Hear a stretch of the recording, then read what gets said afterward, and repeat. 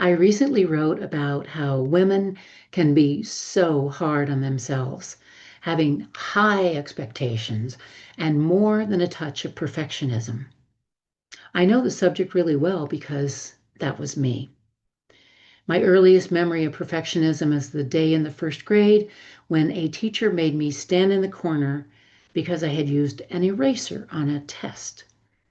I remember tucking my head down as far as it would go without actually bending over because I was terrified that my mother would walk in the room and see my red hair in the corner and know that I was being punished. The cause of my shame wasn't my teacher, though I don't think she was right in making me do that for using an eraser. It was my mother. I was always told how brilliant and beautiful and perfect I was, but never allowed to have my own voice. I was always a disappointment to her, and I can hear her say, "Oh, joy, joy, joy." By the fifth grade, I had to get out of class in the middle of the afternoon to drink one of those little cartons of milk for my pre-ulcer stomach. As a young adult, I lived on Excedrin for my chronic headaches. I was extremely self-demanding and thus self-critical and pretty highly judgmental of others. In my journey of self-healing, I finally understood what was beneath it: shame, and what I now call toxic shame. I had come to realize that toxic shame is based on a belief that something is fundamentally wrong with you. I believed that I was flawed at the core. It's why I couldn't make a relationship work because I was terrified of intimacy. My great flaw would be found out.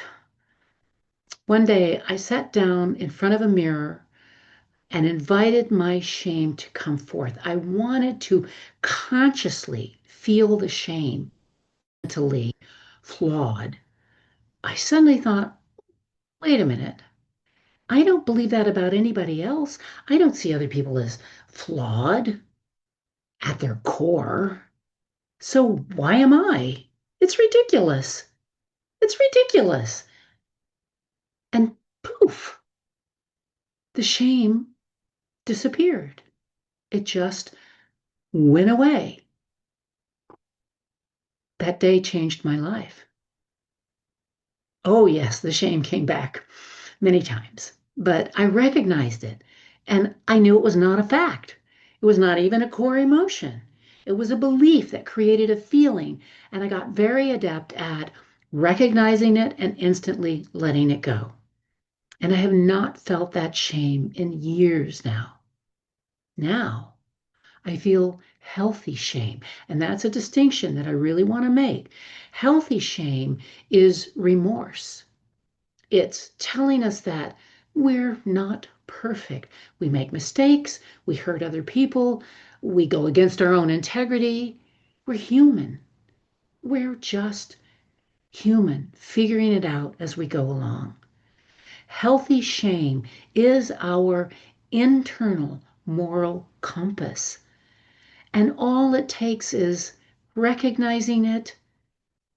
She says, all it takes, recognizing it and owning it.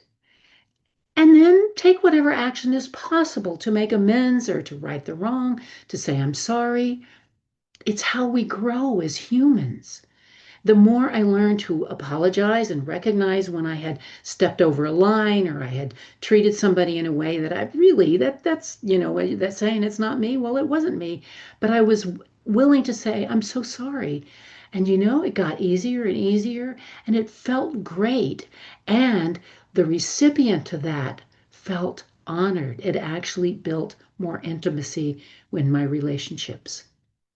And I want to say something in particular to women about this because women carry a lot of perfectionism and it's a trying to prove ourselves because society as a whole has not come to us and said, oh, you are awesome.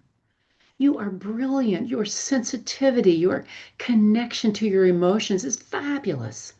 Your intuition, your particular ability to see the big picture of things is a gift to society.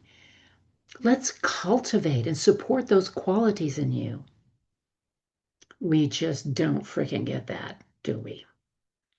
But now is the time for that to happen. And I am saying to you, and I hope you say to your own perfectionist inner critic self, thank you for your service. You did what you did to keep us in the game, and it's time for you to retire. It's time to let go of perfectionism and being hard on yourself. It's time to embrace your sensitivity, your emotionality, your intuition, your sensibility, and most importantly, your power, the power that is innate to you. And I want to invite you, if you want to know more about this, feel free to reach out to me. Go to my website, joyselden.com, and it's Joie as in joie de vivre.